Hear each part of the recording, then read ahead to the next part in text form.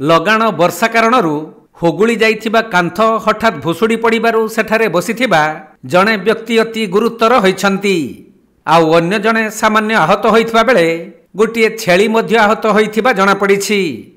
तेणु गुरुतर होइथिबा व्यक्ति को उद्धार करी 108 एम्बुलेंस जुगे मेडिकल को आनी चिकित्सा पई भर्ती करा जाइछि। मिलिथिबा सूचना अनुसार मयूरभंज जिला ठाकुरमुंडा ब्लॉक चंपाझर पंचायत अंतर्गत सुदर्शनपुर ग्रामर छोटुराम हो और तांको पुतुरा पाइक राय हो सकाळे निज घर पिंडारे बसिथिबा समय रे हठात कांथटी सेमानक उपरे भुसुड़ी पड़िथिला। तेणु परिवार लोक माने उभयं को उद्धार करी ठाकुरमुंडा गोष्ठी स्वास्थ्य केन्द्र को आनी भर्ती करथिले। हेले कका छोटुराम को अवस्था अति गुरुतर थिबारु तांकर अधिक चिकित्सा पई पुणी करंजिया मेडिकल को स्थानांतरित करा जाइछि। एडा हमरो कांथडा गडी पड़ला आमे से पाखर बसतले पिंडार तो से पछाड़े कांथडा को आमे पछा कर देथिलु। आमे जान नथिलु जे एंती गडी पड़ी बोली तो हठात साम ऊपर गडी पइला।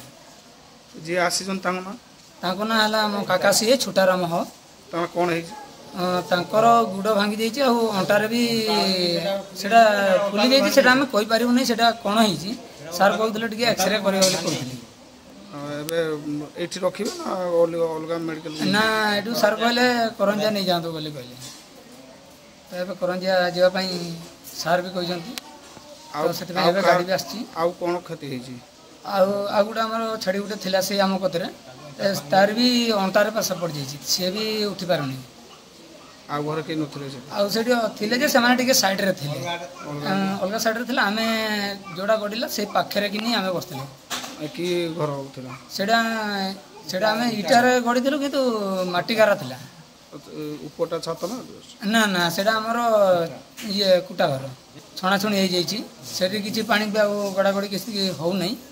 तेबे 2 दिन धरी लगाण वर्षा लगी रहिथिबारु तांको नड़ा छाउणी घरु वर्षा पानी पड़ी इटा कांथ दुर्बल होई जाइथिला। आउ कका पुतुरा घर बारंडारे बसिथिबा समय रे हठात कांथटी सेमानक उपरे भुसुड़ी पड़िथिला। फलरे कका छोटुराम को बाम गुड़ भांगी जिबा सह अंटारे गभीर माड़ होइथिबा जणा पड़िछि।